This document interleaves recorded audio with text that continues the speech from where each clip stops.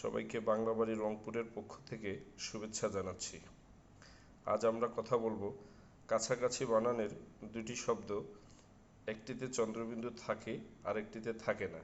এরকম বেশ কিছু শব্দের বানান এবং পার্থক্য আমরা মনোযোগ দিয়ে দেখব, যাতে ভবিষ্যতে কাজে লাগে।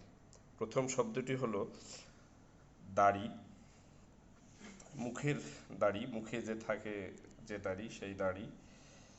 এরপরে দাঁড়ি, যেটা আমাদের বিরাম চিহ্ন, জ্যোতিচিহ্নে পূর্ণচ্ছেদ হিসাবে বাক্যের শেষে বসে। এরপরে আছে ফোঁটা। এই ভুলটা আমরা অনেকেই করে থাকি। ফোঁটা হচ্ছে ফুল ফোঁটা, কলি ফোঁটা, এই ধরনের ফোঁটা, ফুল ফুটেছে, এই ফোঁটা অর্থে ব্যবহার হয়। আর চন্দ্রবিন্দু থাকলে হবে ফোঁটা, পানির ফোঁটা, রক্তের ফোঁটা, এই ধরনের ফোঁটা হচ্ছে ফোঁটা। কাটা হচ্ছে কেটে ফেলা, কেটে ফেলা, কোনো কিছু কেটে ফেলা। আর কাঁটা হচ্ছে কণ্টক, গোলাপের কাঁটা, গাছের কাঁটা, এগুলো হচ্ছে কাঁটা। তার যে সর্বনাম, সাধারণ সর্বনাম হিসাবে আমরা বন্ধু, স্থানীয় ব্যক্তি বা সাধারণ ব্যক্তিদেরকে তার বলে থাকি, কিন্তু তার হচ্ছে মানি সর্বনাম, সম্মানিত লোকের ক্ষেত্রে তার ব্যবহার হয়। বাঁক, চন্দ্রবিন্দু যদি থাকে, এই শব্দটা চন্দ্রবিন্দু থাকলে মোড় বা বাঁক, পথের বাঁকে পড়ে আছে, এই ধরনের বানানে চন্দ্রবিন্দু হবে। আর চন্দ্রবিন্দু হবে না হচ্ছে কথার ক্ষেত্রে, কথা, বাঁক। এরপরে আছে বাধা। যে বাধাতে চন্দ্রবিন্দু হবে না তার অর্থ হচ্ছে প্রতিবন্ধকতা, কোনো কাজে বাধা দেওয়া।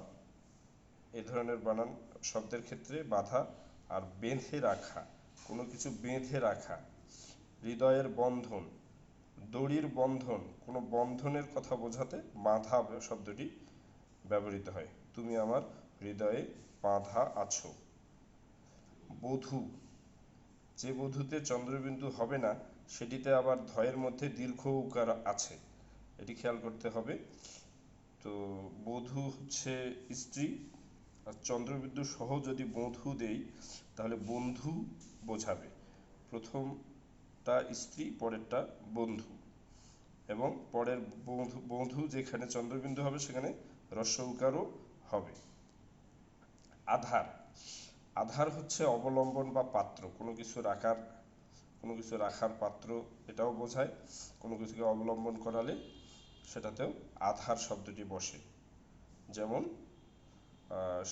ভালোবাসার আধার, মানুষ তার মনটি ভালোবাসার আধার। আর চন্দ্রবিন্দু যুক্ত আধার এসেছে অন্ধকার থেকে। ধোয়া মানে ধৌত করা, কোনো কিছু ধুয়ে ফেলা, ধোয়া। চন্দ্রবিন্দু থাকলে সেটা হচ্ছে ধূম্র, যেমন আগুনের ধোঁয়া। এটা কুড়ি মানে 20, কুড়ি মানে 20, এটি হচ্ছে ওই 20 আর কি ইংরেজির। আর কুঁড়ি যদি চন্দ্রবিন্দু থাকে তাহলে দিতে হবে মুকুল বা ফুলের কুঁড়ি বোঝাতে যে কুঁড়ি, সেটিতে চন্দ্রবিন্দু দিতে হবে। এরপরে আছে আশ।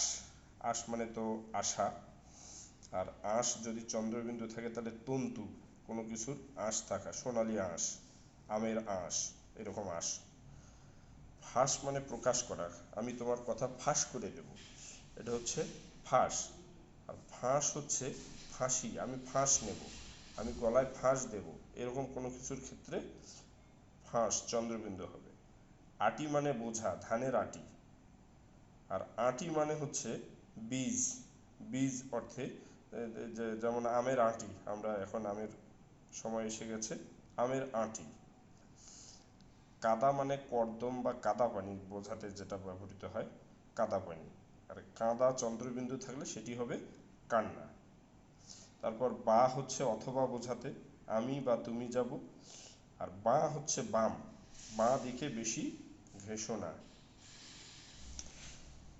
এখানে আছে কাচা। কাচা মানে হচ্ছে কাপড় কাচা, কোনো কিছু ধোয়া, ধৌত করা, কাপড় ধোয়া, কাপড় কাচা। তারপরে কাঁচা হচ্ছে অপরিপক্ক, কাঁচা আম, কাঁচা কাঁঠাল, কাঁচা হাতের লেখা, এগুলো হচ্ছে অপরিপক্ক বা অদক্ষ বা অপরিণত বোঝাতে। এখানে আছে গা, শুধু চন্দ্রবিন্দু ছাড়া যে গা সেখানে হবে শরীর বা দেহ, আর গা মানে চন্দ্রবিন্দু থাকলে বোঝাবে গ্রাম।